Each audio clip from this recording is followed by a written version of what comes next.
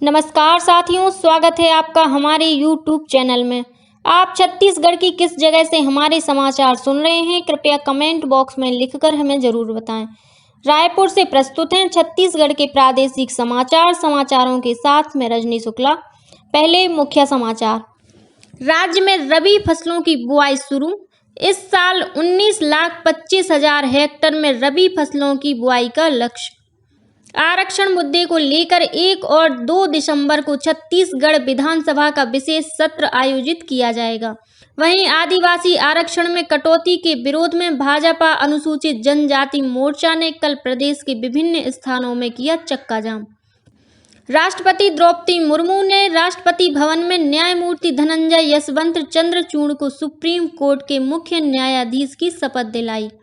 भानुप्रतापपुर विधानसभा उपचुनाव के लिए आज से नामांकन पत्र भरने का सिलसिला शुरू होगा और आयकर विभाग की टीम ने रायपुर, कोरबा, बिलासपुर, शक्ति और रायगढ़ शहर में कई कारोबारियों के घरों और कार्यालयों में छापा मारा। अब समाचार विस्तार से। छत्तीसगढ़ विधानसभा का विशेष सत्र आगामी 1 और 2 दिसंबर को आयोजित किया जाएगा। राज्यपाल अनुसुईया उइके ने विधानसभा का 15वां सत्र आहूत करने के संबंध में प्राप्त प्रस्ताव पर हस्ताक्षर कर दिए हैं। इस बीच मुख्यमंत्री भूपेश बघेल ने कहा है कि राज्य में आदिवासी जनों को 32% आरक्षण का लाभ दिलाने के लिए हर संभव प्रयास किया जा रहा है। उन्होंने कहा कि महाराष्ट्र, तमिलनाडु और कर्नाटक में आरक्षण की विधिक स्थिति का अध्ययन करने के लिए छत्तीसगढ़ शासन की ओर से वरिष्ठ अधिकारियों और सामाजिक कार्यकर्ताओं का दल जल्द ही वहां जाएगा।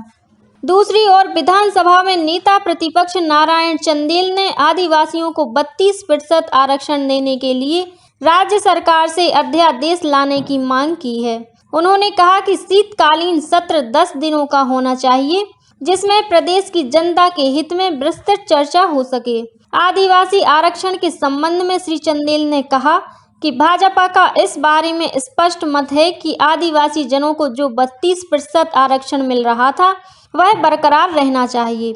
इधर प्रदेश कांग्रेस कमेटी ने आदिवासी समाज के आरक्षण के लिए विधानसभा का विशेष सत्र बुलाए जाने के राज्य सरकार के निर्णय का स्वागत किया है। प्रदेश कांग्रेस अध्यक्ष मोहन मरकाम ने आरोप लगाया है कि पूर्ववर्ती राज्य सरकार की गलत नीतियों की वजह से प्रदेश में आदिवासियों का आरक्षण कम हुआ है। इस बीच भारतीय जनता पार्टी ने कल प्रदेश के सभी जिला मुख्यालयों में आदिवासी समाज के आरक्षण में कटौती के विरोध में चक्का जाम किया। यह विरोध प्रदर्शन भाजपा अनुसूचित जनजाति मोर्चा द्वारा किया गया। विभिन्न जिलों में पार्टी के आदिवासी नेताओं ने इस प्रदर्शन की अगुवाई की। राजधानी रायपुर में लालपुर फ्लाईओवर पर चक्का जाम कर पार्टी कार्यकर्ताओं ने राज्य सरकार के खिलाफ नारेबाजी की।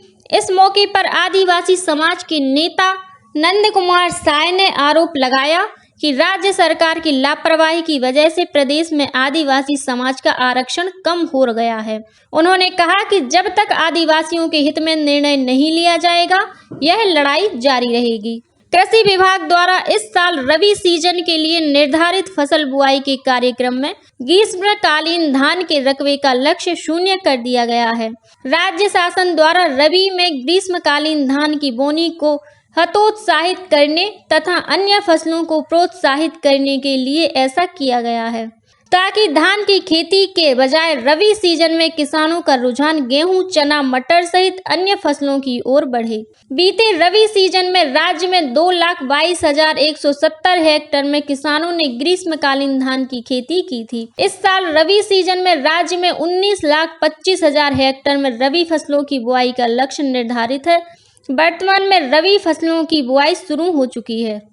राष्ट्रपति द्रौपदी मुर्मू ने कल राष्ट्रपति भवन में न्यायमूर्ति धनंजय यशवंत चंद्रचूड़ को सुप्रीम कोर्ट के मुख्य न्यायाधीश की शपथ दिलाई।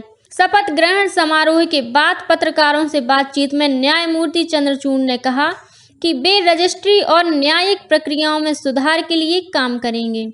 न्यायमूर्ति चंद्रचूड़ ने न्यायमूर्ति उदय उमेश ललित का स्थान लिया है।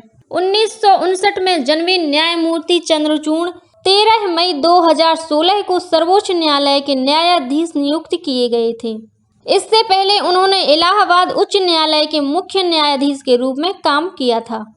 भारत निर्वाचन आयोग ने देश भर में मतदाता सूची के विशेष पुनरीक्षण कार्यक्रम की शुरुआत की है। मुख्य निर्वाचन आयुक्त राजीव कुमार ने सभी पात्र नागरिकों से अपील की है कि वे कल से शुरू हुए राष्ट्रव्यापी मतदाता सूचियों के विशेष पुनरीक्षण और नवीनीकरण कार्य में हिस्सा लें। छत्तीसगढ़ में भी मतदाता सूची में युवा मतदाताओं को अपना नाम जुड़वाने के लिए प्रेरित करने के उद्देश्य से विभिन्न जागरूकता कार्यक्रमों का आयोजन किया जा रहा है। इसी कड़ी में कल राजधानी रायपुर के तेली बांधा तालाब से निकाली गई साइकिल रैली को पद्मश्री शमशाद बेगम और पर्वतारोही चित्रसेन साहू ने हरी झंडी दिखाकर रवाना किया। पैडल फॉर पार्टिसिपेटिव इलेक्शन की थीम पर निकली इस रैली में युवाओं, दिव्यांगों, स्कूली बच्चों और तृतीय लिंग के व्यक्तियों के साथ जिला प्रशासन तथा मुख्य निर्वाचन पदाधिकारी कार्यालय के अधिकारियों और कर्मचारियों ने भी उत्साह से भाग लिया।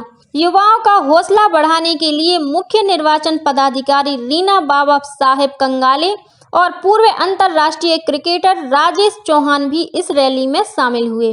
दुर्ग, मुंगेली, जगदलपुर, सूरजपुर और कोरिया सहित अन्य स्थानों पर भी साइकिल रैली सहित मतदाता जागरूकता के लिए विभिन्न कार्यक्रम आयोजित किए गए। इस बीच छत्तीसगढ़ राज्य निर्वाचन आयोग द्वारा जारी कार्यक्रम के अनुसार राज्य के अलग अलग जिलों में पंचायत के विभिन्न रिक्त पदों पर होने वाले उपचुनाव के लिए मतदाता सूची का प्रारंभिक प्रकाशन कर दिया गया है। इस संबंध में दावा आपत्ति 16 नवंबर तक स्वीकार की जाएगी। सूची का अंतिम प्रकाशन 6 दिसंबर को किया जाएगा। भारत निर्वाचन आयोग द्वारा मतदाता सूची में संशोधन के लिए इस बार मात्र एक तिथि 1 जनवरी के स्थान पर 4 तिथियों 1 जनवरी, 1 अप्रैल, 1 जुलाई एवं 1 अक्टूबर के लिए भी अग्रिम आवेदन लिए जाएंगे। अगले वर्ष 2023 में इन चारों तिथियों में 18 वर्ष की आयु पूर्ण करने वाले युवा मतदाता सूची में अपना नाम जुड़वाने 9 नवंबर 2022 से 8 दिसंबर 2022 तक अग्रिम आवेदन जमा कर सकते हैं।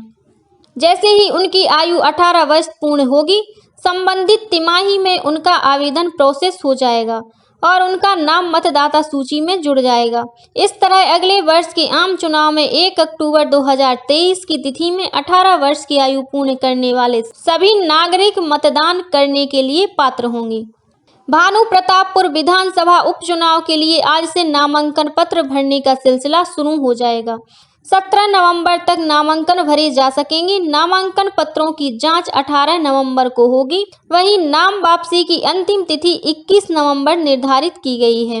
इस उपचुनाव के लिए 5 दिसंबर को वोट डाले जाएंगे। मतगणना और चुनाव परिणाम की घोषणा 8 दिसंबर को होगी। गौरतलब है कि भानु प्रतापपुर विधानसभा सीट छत्तीसगढ़ विधानसभा के उपाध्यक्ष मनोज मंडावी के निधन के बाद रिक्त हो गई थी। राष्ट्रीय स्वयंसेवक संघ के सरसंघचालक डॉक्टर मोहन भागवत 2 दिवसीय प्रवास पर छत्तीसगढ़ आ रहे हैं। वे 14 नवंबर को जसपुर में और 15 नवंबर को अंबिकापुर में राष्ट्रीय स्वयंसेवक संघ द्वारा आयोजित पथ संचलन और सार्वजनिक कार्यक्रमों में शामिल होंगे। इस दौरान वे 14 नवंबर को जसपुर में भगवान बिरसा मुंडा की प्रतिमा पर माल्यार्पण करेंगे और जनजाति गौरव दिवस पर बनवासी कल्याण आश्रम द्वारा आयोजित आम सभा को संबोधित करेंगे। इस मौके पर डॉक्टर भागवत पूर्व सांसद स्वर्गीय कुमार दिलीप सिंह जूदेव की प्रतिमा का अनावरण भी करेंगे। इसके बाद वे 15 नवंबर को अंबिकापुर में राष्ट्रीय स्वयंसेवक संघ के 2 विभाग सरगुजा और कोरिया के संयुक्त पथ संचलन में भाग लेंगे और सार्वजनिक कार्यक्रम को संबोधित करेंगे। रायपुर, कोरबा, बिलासपुर, शक्ति और रायगढ़ शहर में कई कारोबारियों के घरों और कार्यालयों पर कल आयकर विभाग की टीम ने छापा मारा। दिल्ली, भोपाल और जबलपुर से आई अधिकारियों की टीम ने कल तड़के प्रदेश में कोयला, जमीन, ज्वेलर्स, तेंदुपत्ता और सट्टा कारोबारी और नेताओं के यहां छापा मारा। इस दौरान आयकर अधिकारियों ने रायगढ़ के 2 कोयला कारोबारियों और रायपुर में रहने वाले 1 कारोबारी के ठिकानों पर छापे की कार्यवाही की। वहीं बिलासपुर और कोरबा में भी कारोबारियों के यहां आयकर विभाग की टीम ने दबिश दी। शक्ति में टीम ने 4 जगहों पर कार्यवाही की। आयकर की टीम दस्तावेजों की जांच में जुटी हुई है। प्रदेश में चिटफंड और नान घोटाले मामले की जांच के लिए प्रवर्तन निदेशालय ईडी को मुख्यमंत्री भूपेश बघेल द्वारा पत्र लिखने के मामले में पूर्व मुख्यमंत्री डॉक्टर रमन सिंह ने सवाल उठाया है। उन्होंने कहा है कि पूर्ववर्ती सरकार में कांग्रेस विपक्ष में थी और अब महत्वपूर्ण संवैधानिक पद पर होने के बाद भी जिम्मेदारी लेने की बजाय भाजपा नेताओं पर झूठे आरोप लगाए जा रहे हैं। डॉक्टर सिंह ने मुख्यमंत्री श्री बघेल और स्वास्थ्य मंत्री टी.एस. सिंहदेव द्वारा वर्ष 2017 में प्रधानमंत्री को लिखे गए पत्र का उल्लेख करते हुए कहा है कि उस समय लिखे पत्र में जिस अधिकारी को नॉन मामले का मुख्य आरोपी बताया गया था, उसी अधिकारी को इस समय छत्तीसगढ़ में संविदा नियुक्ति पर महत्वपूर्ण पद किस आधार पर सौंपा गया है। पत्रकारों से चर्चा करते हुए डॉक्टर सिंह ने कहा कि उनके पुत्र और पूर्व सांसद अभिषेक सिंह के ऊपर बिना किसी आधार और साक्ष्य के आरोप लगाए जा रहे हैं। प्रदेश में समर्थन मूल्य पर धान बेचने के लिए जिन किसानों का पंजीयन नहीं हो पाया है या पंजीकृत रकबा बैंक खाता वितरण में किसी प्रकार की त्रुटि है, उनमें सुधार के लिए तहसीलदार पोर्टल को एक बार फिर से 14 नवंबर तक के लिए चालू कर दिया गया है। इसके अलावा पंजीकृत किसान की मृत्यु हो जाने पर वारिसानों के पंजीयन, सह खातेदारों का पंजीयन, रेगहा पंजीयन या संस्थागत पंजीयन के लिए भी पोर्टल चालू किया गया है। संबंधित किसान पास के तहसील कार्यालय में संपर्क कर जरूरी दस्तावेज प्रस्तुत कर किसी भी प्रकार की त्रुटि में सुधार करवा सकते हैं। किसानों को सूचित किया गया है कि उनके पंजीयन में किसी प्रकार की त्रुटि हो तो वे सुधार से पहले धान बेचने के लिए टोकन न कटवाएं। एक बार टोकन कट जाने के बाद किसी भी प्रकार का सुधार नहीं किया जा सकेगा। सीमावर्ती राज्य महाराष्ट्र के गढ़चिरौली से जंगली हाथियों का एक दल राजनांदगांव जिले के मोहला की ओर बढ़ रहा है। इसे देखते हुए वन अमला अलर्ट मोड में है और विभाग द्वारा आसपास के गांवों में रहने वाले लोगों से सतर्कता बरतने को कहा गया है। वन विभाग के अनुसार महाराष्ट्र से छत्तीसगढ़ आ रहे इस दल में 25 से 30 हाथी शामिल हैं। वन अमला इन हाथियों की गतिविधियों पर नजर रखे हुए है। मोहला रेंज के वन अधिकारियों ने बताया कि वर्तमान में हाथियों का लोकेशन महाराष्ट्र के तलवारगढ़ के आसपास है। और अब कुछ अन्य खबरें संक्षेप में। राज्य सरकार द्वारा आयोग, निगम मंडल, बोर्ड और प्राधिकरणों में नए अध्यक्ष, उपाध्यक्ष और सदस्यों की नियुक्तियां की गई हैं। प्रवीण डोंगरे को राज्य युवा आयोग का सदस्य बनाया गया है। वहीं के.पी. खांडे को राज्य अनुसूचित जाति आयोग का अध्यक्ष नामांकित किया गया है। स्वामी आत्मानंद योजना के अंतर्गत संचालित स्कूलों के 2 दिवसीय राज्य स्तरीय सांस्कृतिक कार्यक्रम कल से रायपुर स्थित प्रणवानंद अकादमी के सभागार में शुरू हुए। इसका शुभारंभ स्कूल शिक्षा मंत्री डॉक्टर प्रेम साय सिंह टेकाम ने किया। इस कार्यक्रम में देश भर के 300 से अधिक विद्यार्थी भाग ले रहे हैं। छत्तीसगढ़ माध्यमिक शिक्षा मंडल की हाई स्कूल और हायर सेकेंडरी की नियमित विद्यार्थियों की प्रायोगिक परीक्षा और प्रायोजन कार्य सभी मान्यता प्राप्त संस्थानों में अगले वर्ष 10 से 31 जनवरी के बीच आयोजित किए जाएंगे। दुर्ग स्थित जिला रोजगार और स्वरोजगार मार्गदर्शन केंद्र में 11 नवंबर को सुबह 10:30 बजे से प्लेसमेंट कैंप का आयोजन किया जाएगा।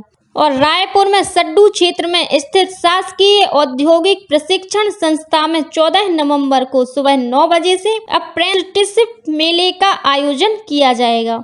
इसका उद्देश्य स्थानीय रोजगार को प्रोत्साहित करना है। इसी के साथ छत्तीसगढ़ के समाचारों का ये बुलेटिन समाप्त हुआ।